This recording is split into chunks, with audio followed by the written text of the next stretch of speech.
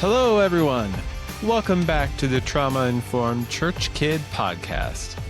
Today and every day, we are reconstructing religion for the hurting with theology that doesn't hurt.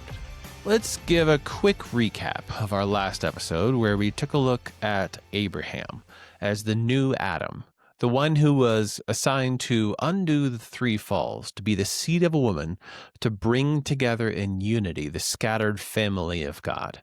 And Abraham's calling or commission was to be that father of faithfulness, where his seed are sons of Abraham, the ones who will inherit the promise to be like the stars, to be the divine beings who will be the light to the nations. Abraham will be the example for all, both of the faithful and also for the unfaithful, but yet repentant. And then from there, we took a look at the patriarchs and how they continued in the line of Abraham, both the physical line and the spiritual line of Abraham, where they too were both faithful at times and unfaithful at times. And we also took a brief look at how that whole narrative ended up with Joseph and his brothers in Egypt, where all these sons of Abraham then became the light to Egypt, where they helped save the entire nation from famine. And once there, then they settled down in Egypt. And that's where we pick up things today with Abraham's family in Egypt. Now, there is a bit of a question about how many years they were actually in Egypt. Exodus 12 seems to say 430. However, Genesis 15 and Acts 7 both just say around even 400. We're not quite sure if that 430 years is just the time in Egypt or the time in both Egypt and Canaan. And here I would encourage you to take a look at the textual variant in the Septuagint of Exodus 12, as well as Paul's words in Galatians 3, referencing the same time frame. Just so you know, by and large, questions of numbers and exact dates and exact years and all those sort of things, those are questions that I have largely kind of set aside for my own purposes. So I take the position that this was 215 years in Egypt plus 215 years in Canaan. Now, part of the reason why I take that position is some of the arguments that I will link in the show notes, but then furthermore, the bigger problem is that numbers in the Bible are very hard to count on to be able to do rigorous spreadsheet analysis. A big part of this reason is because letters are used to represent numbers, just like we have, for example, in the Roman numeral system. Letters like V, L, C, I, X are used to represent numbers. Now, that's especially true in Hebrew, where we have three consonants as the root, and based on how that root is vocalized, we get different words. And so there is some ambiguity even within Hebrew. But beyond that, then there's ambiguity where it differs from the Septuagint, which is Greek, or the Masoretic text, which is Hebrew. So overall, that's one of the reasons why I just don't get hung up on numbers in the Bible. Now, I know that pushes back against some of the more fundamentalist leanings of my tradition, as well as the tradition of many people that I have encountered.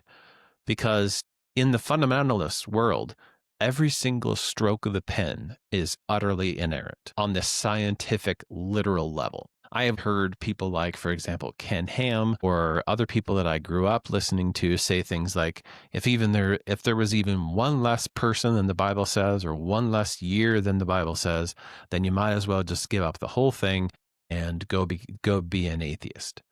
So the measure of trustworthiness there is this scientific, literal accuracy measure. Which, I mean, again, I guess in the development of that tradition kind of makes sense because around the 1950s or so, there was a lot of liberal mainline revisions to the text that were happening through figures like Rudolf Bultmann. And there was a major reaction to that in the American Christian world, where the response was to functionally agree to the rules of the game, say, yes, it has to be literally scientifically accurate, but then to say, but the Bible passes that test. It still wins on the literal scientific historical level. Whereas the approach that I take is much more literary than literal. It focuses more on the narrative of the Bible as being a reliable witness to the historical events. Now, that sense of reliable and trustworthy is not really about, is it scientifically accurate in this spreadsheet sort of sense? It's about, does it effectively convey the meaning and intent of the authors? And is it something that the original audience would have recognized? So for me, this is kind of the way I shorthand that. The Bible is the book God meant for us to have. Now, I certainly admit right off the bat that this is just a simple article of faith for me, an a priori position that I take, because I haven't come to this through scientific rigor or evaluation of evidence, because I think that's actually, again, playing by the rules of the wrong game. I am not interested in proving the Bible based on some kind of external standard, as if that external standard is above automatically. I'm just disagreeing about the rules of the game. So the bigger question for me is, what claims are the text actually making? And to a certain degree, everyone's sense of that will be different, because cogency is subjective. Cogency, for those of you who aren't familiar, is a sense of how convincing or how likely an argument is actually going to be. So to say all this, the reason why I do that is to ask the question, what is the claim that the opening of Exodus is making?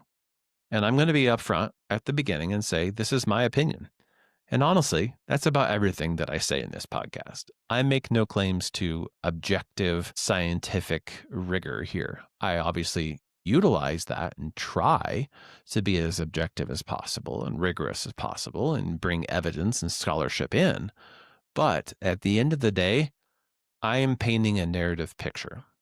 And I do think that narrative picture is faithful to the message that is being conveyed with the Bible, but I do not necessarily try to, quote unquote, prove it from some kind of external standard. So you guys are my measure of cogency. Is this something that matches what you see when you read the Bible? So let's take a closer look. My claim about the opening of Exodus is that Abraham's family are being Adam's family. They are being fruitful and multiplying, bringing abundance to Egypt by the work that they do to be able to take care of a portion of the land that belongs to Egypt. And that is, in many ways, part of fulfilling that Abrahamic vocation to be the blessing to the nations, because Egypt in the biblical narrative is seen as descendants of Ham, a superpower in the ancient world.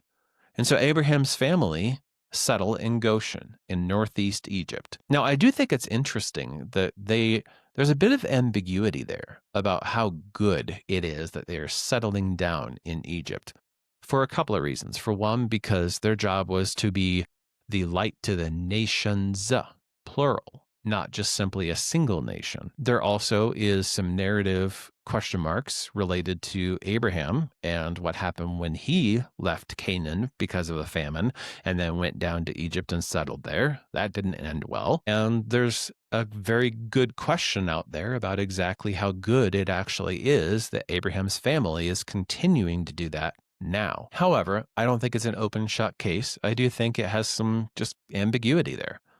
But in any case, their job within the economy of Egypt is to be shepherds. Now, that immediately causes suspicion from Pharaoh. We see in places like Genesis 43 and 46 that shepherds are detestable to the Egyptians. And that's a narrative that continues throughout Moses' encounters with Pharaoh. Now, it's legitimate to ask why. Why would they be seen as detestable? Well, there's some uncertainty, but the position that I find the most credible is that in the Egyptian pantheon, there was a ram god called Khnum, who was considered to be the creator of humankind out of the clay of the Nile. The Israelites, as a people of Adonai, they would sacrifice rams, which we see in places like Genesis 22 with Abraham and Isaac, or Exodus 8, where we see the same thing when Moses and Pharaoh are encountering each other. What Moses says there is that our sacrifices would be abominations to you. And I think it's largely because of that ram god Khnum. By sacrificing a creature that is considered to be sacred to the creator of humanity, and of course the Hebrew people are here doing this for the deity whom they believe is the actual creator of humanity, it would be seen as abomination. It would be kind of rubbing their very different beliefs in the faces of the Egyptians. But there's more than just the ritual religious aspect. There's also aspects of hygiene and culture. If you look at any past pictures of Egypt, you'll see that they have shaved heads. And if you look at some of the scholarship, you'll notice that they shaved all the hair on their bodies. Scholars speculate that that is because there was a lot of lice in Egypt. And so they exfoliated themselves, shall we say, to be able to control the lice that they would sometimes encounter. And so obviously, the Hebrews, who did not do that, in fact, for the women, their hair was a sign of glory and status. And additionally, for the men, their beards was a sign of the same sort of thing. And so that change in culture and hygiene practices kind of made the Egyptians overall, and Pharaoh in particular, very suspicious. There's an interesting parallel I see in our modern society where here in Egypt, we have the fear of a minority group, where it says the Egyptians were in dread of the sons of Abraham. And there's a Hebrew word that we see pop up an awful lot in the narrative of Israel and Egypt, the stranger, or gar in Hebrew. Now that alternately gets translated as sojourner or alien or foreigner, but the overall sense is one who doesn't fully belong. Now, I will speak about this more when I discuss the mixed multitude who leaves Egypt, but it's really important to remember that that notion of being a stranger is not primarily about ethnicity or phenotype in terms of what we think of as racial identifiers. Because, as we saw last time, those who are sons of Abraham are those who are faithful, those who worship Adonai faithfully, those who keep themselves apart and unstained by the world. And the Hebrews were gar, or strangers, in Egypt because they refused to be a part of the empire of Egypt. I mean, Joseph, for example, was second in command, was vizier of the entire empire of Egypt, but he did not use that place to enrich his family or himself. And that created some vulnerability, and in some ways was not being shrewd or cunning. And that's exactly why in Exodus 1, when Pharaoh sees the Hebrews being fruitful and multiplying, he says, "Let us deal shrewdly with them," because he is going to do what Joseph did not. He is going to leverage his power against them. And that suspicion of anybody who's different and that treatment of the gar, or the stranger, is the setting for what happens with all the slavery that occurs in Egypt. Because the gar, or the stranger, has a special place within God's economy of justice. In Zechariah 7, 9 through 10, after the people had already gone into exile, this is what Adonai tells them to be able to return from exile and rebuild the society he wants. Devise evil against another in your heart. End quote. So here we have that motif that the gar, or the stranger, is one who is vulnerable. Because they're strange, quote unquote, they don't have social capital. They don't have a clan to back them up. They carry some kind of ancillary or second-class status within the community. And that is why God brings judgment on Egypt, because they fail to do true justice. They oppress a stranger in their midst. And if later Israel fails in the same way, they will be judged in the same way. When Adonai is talking to Israel and he is giving them the Sinai covenant, he tells them in Leviticus 19, "You shall treat the stranger, gar, who sojourns with you as the native among you, and you shall love him as yourself. For you were strangers, or gar, in the land of Egypt. I am the Lord your God." That's verse 34. And of course, that is the chapter where we have the second greatest commandment. You shall love your neighbor as yourself. So when we're asking the question of who is my neighbor, it's the Gar. If they fail to love the stranger as themselves, they are no better than Egypt. In Exodus 22, Adonai tells them, "You shall not wrong a sojourner, Gar, or oppress him, for you were sojourners in the land of Egypt." That's Exodus 22:21. See also Deuteronomy 10:19 and 24:18. And that's because the sons of Abraham are the bearers of the divine name. They are supposed to have compassion and empathy as Adonai does, and they are not to defile his name by doing the same practices of oppression and slavery that the Egyptians did. And that brings us to the sticky topic of slavery in the Bible. Now, the first mention of slavery that we find in the Bible is actually with Abraham and Hagar, where an Egyptian slave girl is abused and afflicted.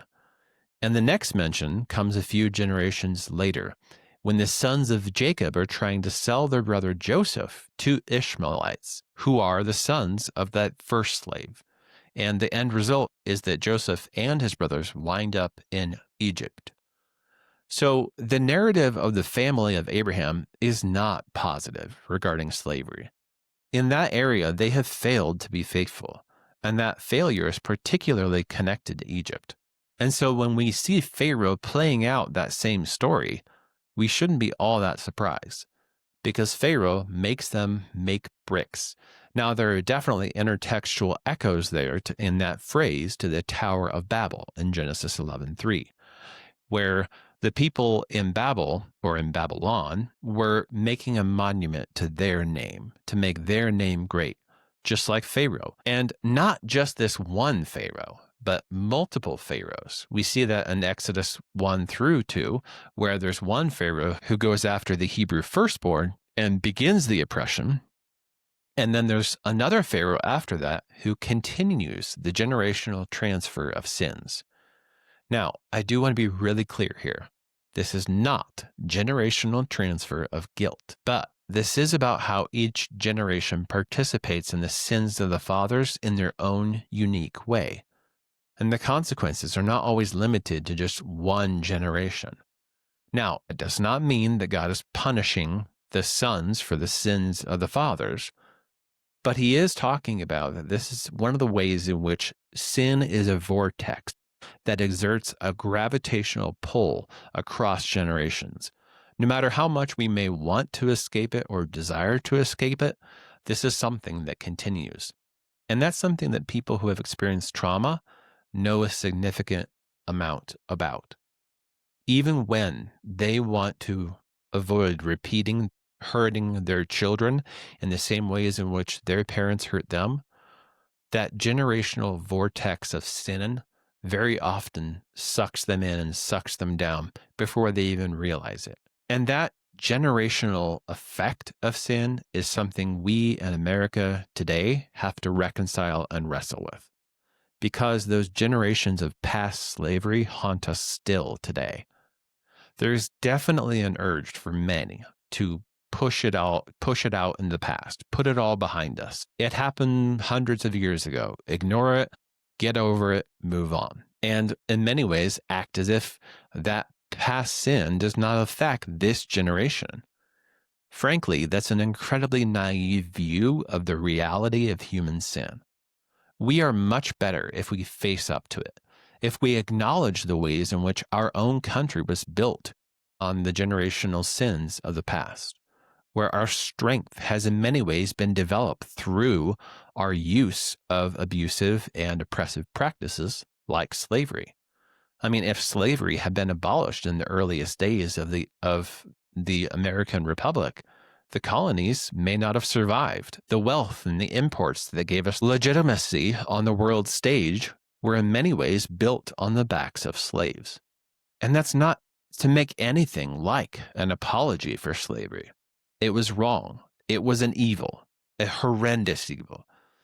And I think there is a reasonable argument to be made that perhaps if this is the cost, perhaps it would have been better for America not to exist, if the conditions of its existence was the brutality of slavery, because it kind of bakes a sort of hypocrisy into our founding narrative, where the authors of the Declaration of Independence saying, we hold these truths to be self-evident that all men are created equal, themselves are holding slaves. Like I said before, I'm not making a case either to tear down on America or, for that matter, to say slavery was actually a good thing because America came out of it. I am making the case that good outcomes are rarely pristine. I am offering to us, let's not evaluate history and try to say, was it worth it all in the end?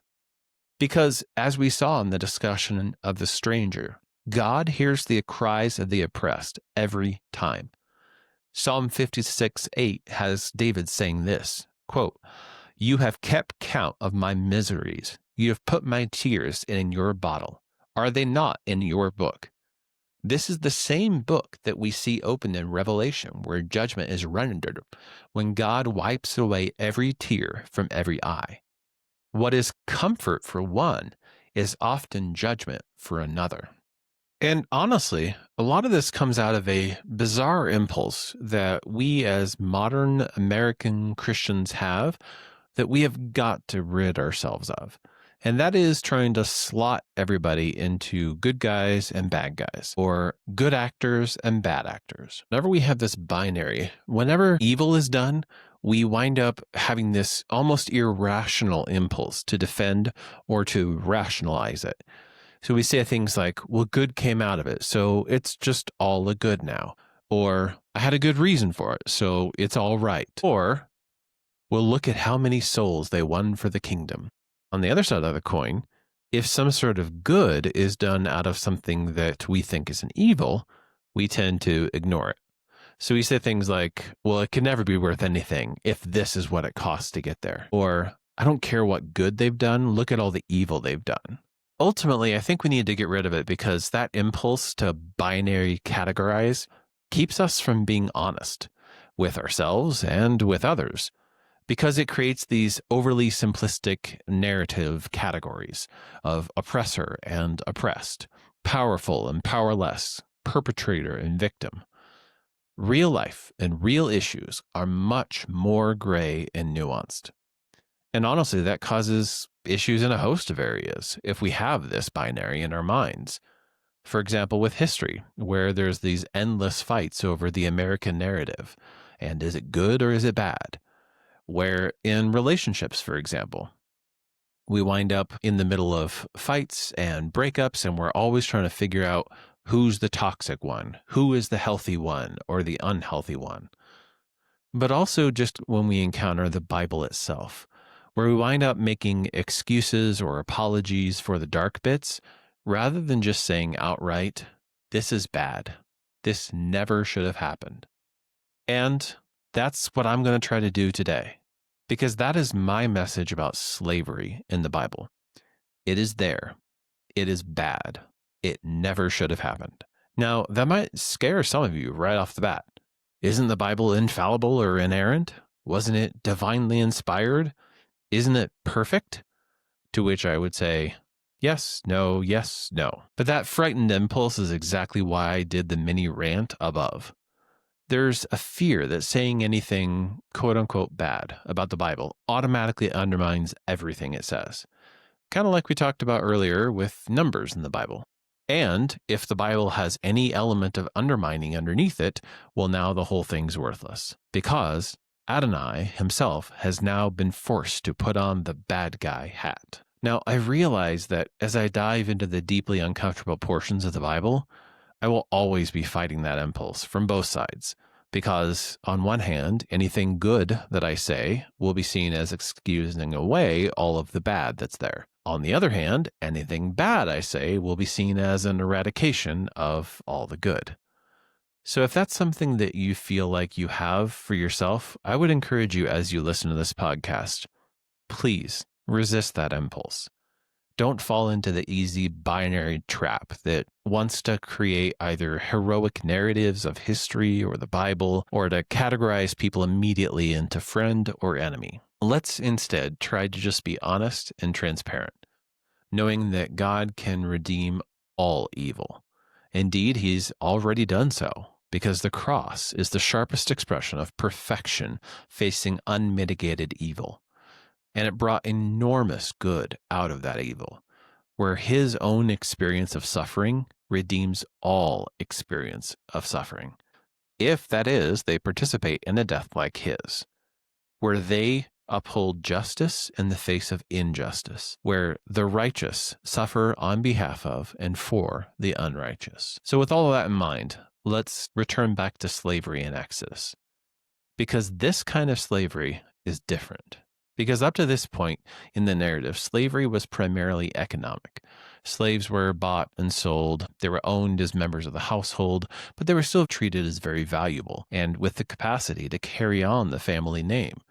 For example, we saw that with Abraham and with Ishmael, where Abraham pleaded with God, make him my heir. What we see here in Egypt, in Exodus 1 and 2, is something we might call chattel slavery, where a people are targeted simply because they are the stranger. Now, in some ways, that is about physical appearance, but it's mostly about the way they live their lives.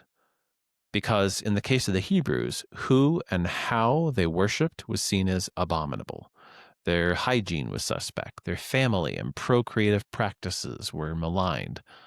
And they're brutalized for that same reason. And that's why we want to take a look at Exodus 1 and 2 and see this as the beginning of a new kind of evil. A kind of evil that is deeply tied to empire. Because that's what the Hebrews were made to do. They were enslaved to build storehouse cities for Pharaoh. And in many ways, when we have a nation of that size, it's kind of a necessity to build it on the backs of enforced labor. And there's something that I am reflecting on regarding this, in that we almost see the same kind of thing happen with churches, where, for example, mega churches, they have many benefits. They can reach a ton of people with the message. They can be the only light that many people ever see or hear. But very often they must sacrifice other benefits to get there. And as we kind of reflect on this and we say, wow, is a good empire even possible? I think it's worth us reflecting very carefully and soberly and saying the same sort of thing. Is a good megachurch possible? Or is this just kind of a camel through the eye of the needle thing, like Jesus talked about to the rich people? Because empires tend to create those kinds of systemic evils. Now, every empire has its own weaknesses and evils and must own them instead of blaming them on some scapegoat or erasing them underneath the controlling narrative of being the savior of civilization.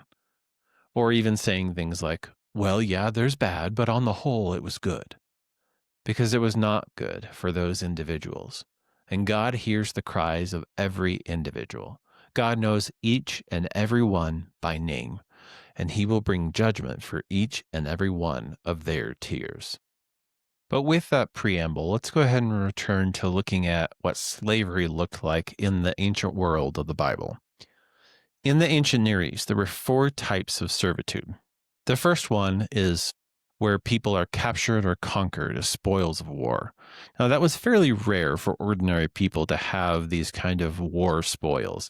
They typically went to either generals or people high-ranking in the military, or for that matter, sometimes the kings or other sovereigns in whose name the wars were fought. This first kind is the most ethnically oriented form of servitude that we find in the ancient Near East.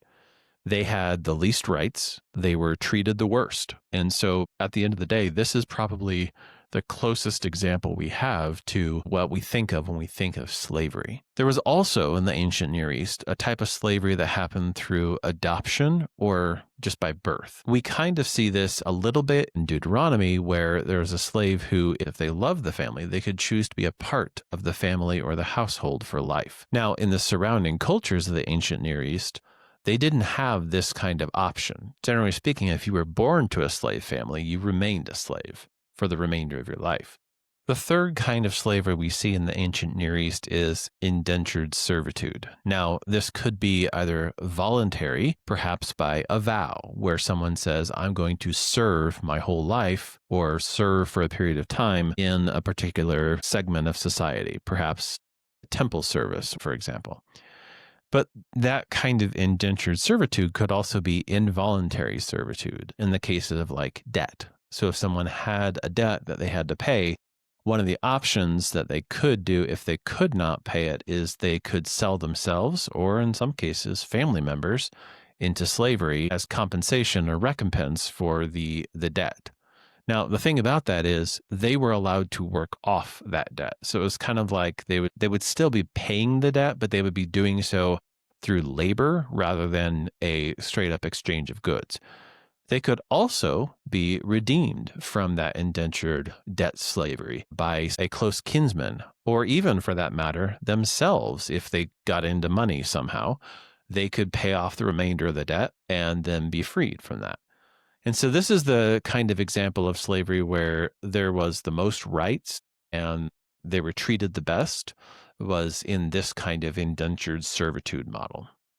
Sometimes you might hear that, especially in the New Testament, described as being a bond servant, something like that. The last kind that we see in the ancient Near East is criminal or civil slavery, where a legal penalty is enacted for some sort of wrong done. If you think of something like hard labor, that's an example of what this kind of slavery looked like. Now, we actually don't see much, if any, of the criminal or civil penalties of slavery in the Hebrew Bible. In fact, it actually says a couple of different times in the law that no Hebrew is supposed to be sold into slavery for these kinds of purposes.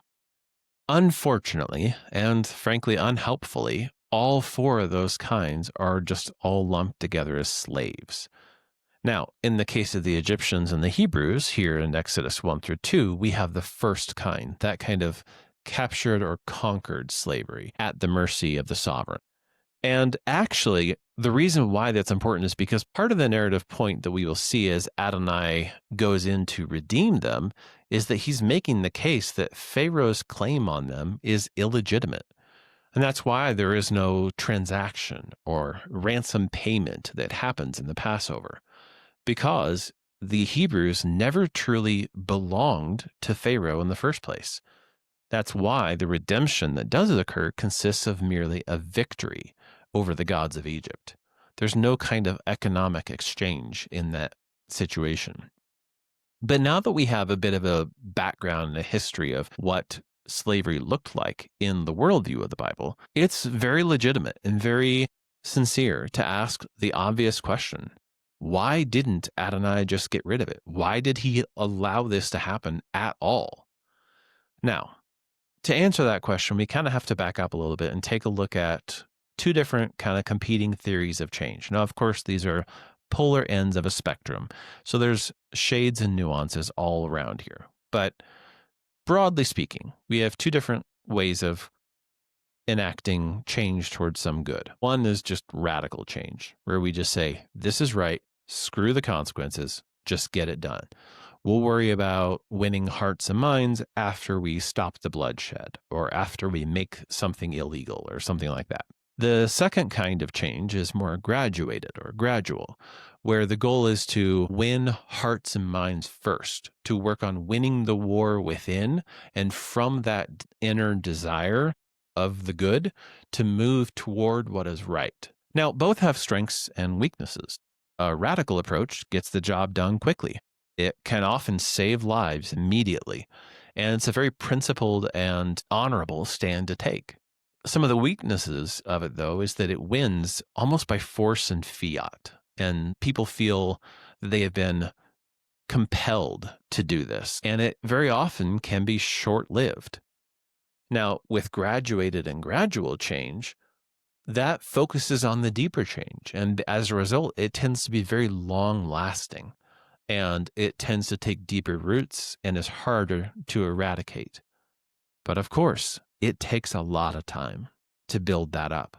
And there are a ton of casualties on that road. So I do believe, when we look at the narrative of Scripture, that Adonai has decided to take the graduated, slow change route with his people. Now, it's possible you might disagree that this is the best or that this is the right way to go.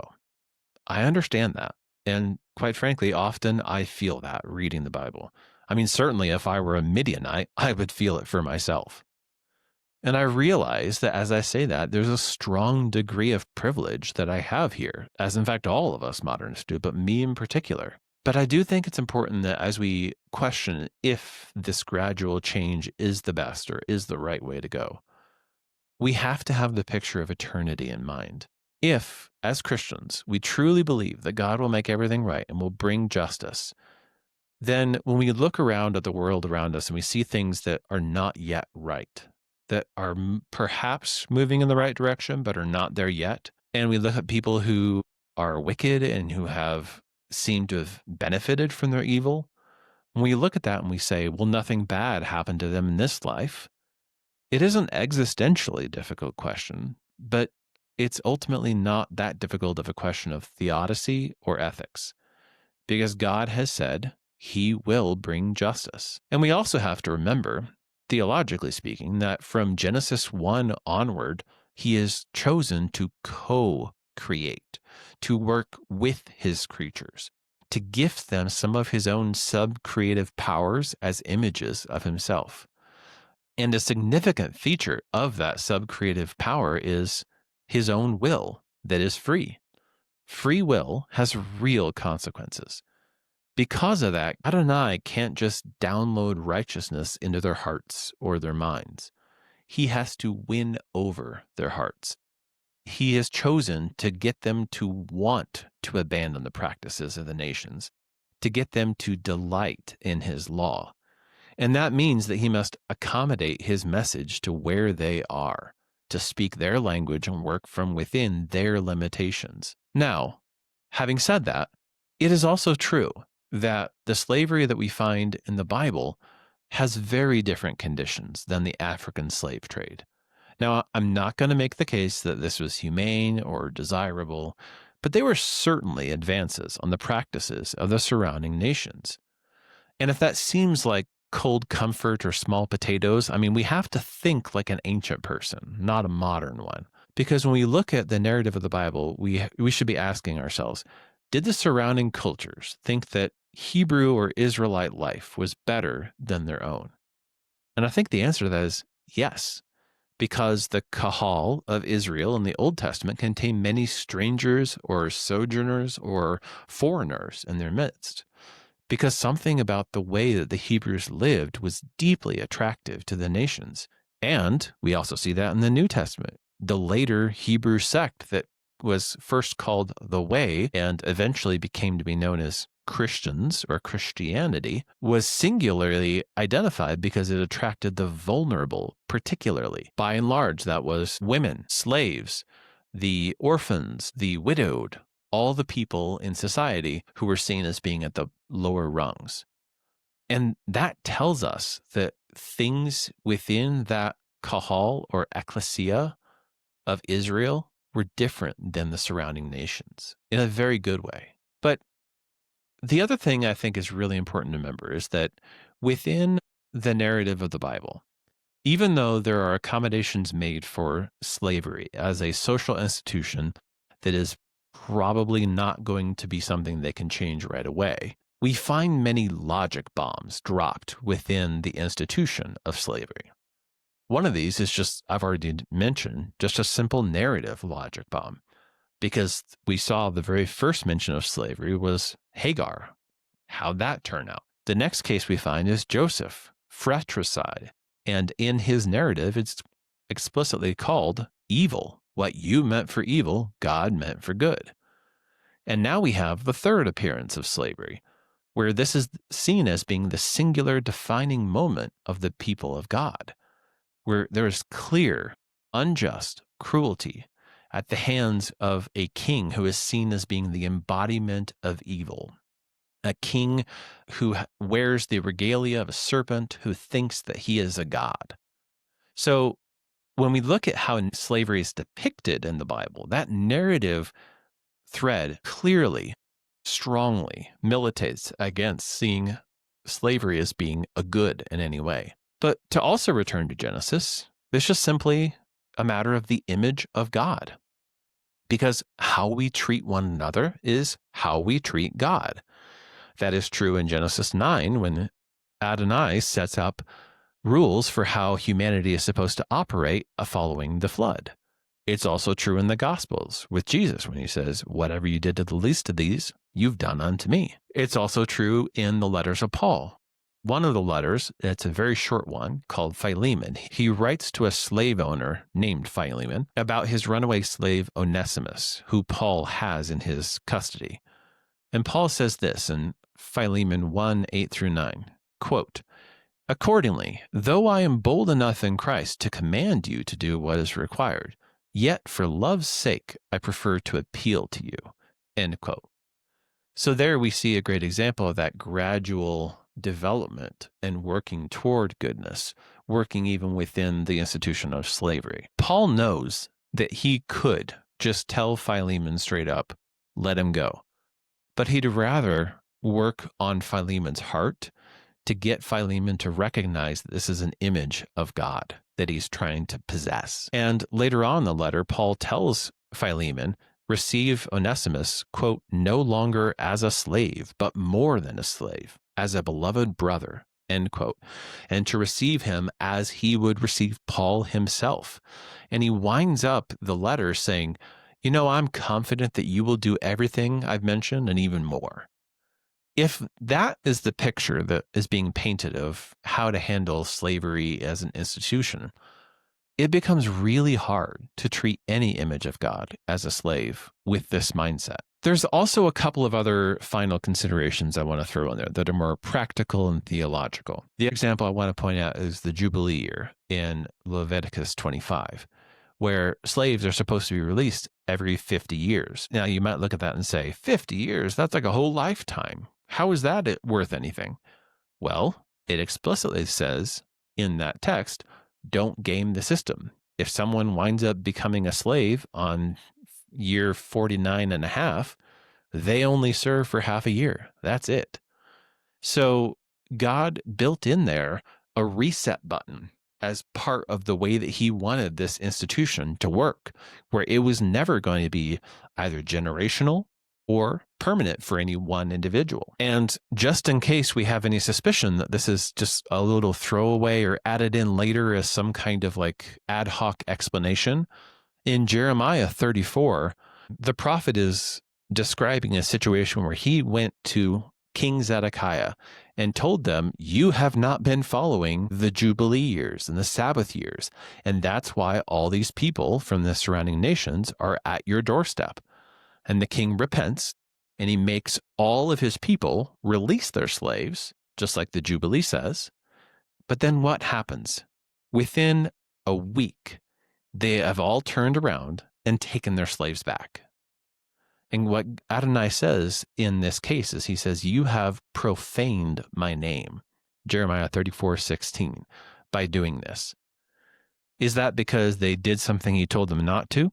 Yes. It's also because they haven't followed what they were supposed to begin with. They have no quote unquote rights to owning slaves. It is top to bottom something that God is simply accommodating their hardness of heart with. And when they do that, it shows the nations a wrong impression of Adonai. And honestly, at the end of the day, that case in Jeremiah and the Jubilee year is a great case study of why winning hearts and minds are so important, and why simply just saying no now doesn't always work out the way that we think or hope it will. So what should be our summary and takeaway from all this? The first thing I would say is that slavery should not be condoned by the Bible.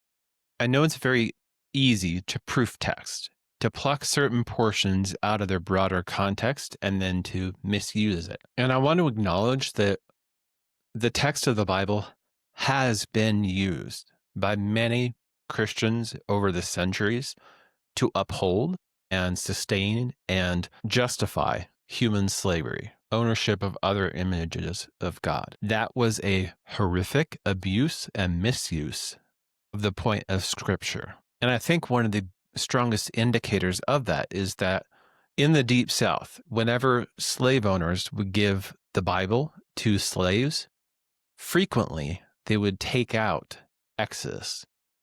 Because in that picture, not only do we see slaves being freed, but we see how much of an evil chattel slavery is. And so I think that we can't skip past Exodus 1 and 2 without making that part of the biblical picture of slavery. And frankly, it is deeply uncomfortable that God works with us where he finds us. However, it's also somehow oddly comforting. The outcome might not always be the best in terms of this Platonic ideal of justice. However, it will always be the best for us, and God will always hear the cries of the oppressed. And ultimately, he hasn't just said, "Trust me, I'll take care of it someday." He actually came in the form of a slave, like Paul says in Philippians 2:7. He humiliated himself in the most denigrating way possible, with a death that was considered cursed by his people, and a death that was foolish and weak in the eyes of the nations, because ultimately the one who has the highest name and the greatest glory has become the slave of all. Why don't you explain this to me like I'm 5? Okay, ready? Abraham's family are surrounded by cultural suspicion. In the end, the empire they came to save enslaves them in a new horror. The vulnerable strangers cry out to God for compassion and deliverance. He will always hear the cries of the oppressed and will always bring justice. So my challenge to you is this. If you can, try to become comfortable or at least make peace with the difficult parts of the biblical narrative. Now, I don't mean by that make it all right or explain it away. I mean acknowledge the good and acknowledge the bad, and live in the tension of it all that may wind up being unresolved. Miroslav Volf has a really good idea that I like to repeat very often. He talks about it as solidarity in sin. There is no easy binary here. We are all sinners, and we are all both oppressor and oppressed. And if your impulse is that binary, please resist that. Stop categorizing people into red and blue, black and white. Now, of course, those categorizations are important features, but when those things become stand-ins for either neighbor or enemy, that is not reflecting Adonai. This is not a call to be colorblind. It's a call to be color positive, to see the categories of people as part of the wonderful diversity we talked about in last episode. With the Bible and religion, there are some deeply uncomfortable and frankly gross parts of church life. But there is beauty there as well. Both are true. There is not just this binary of victim and perpetrator. It is important that we all look for goodness without ignoring the badness. With my clients, I call this yes and thinking. Yes, this is true.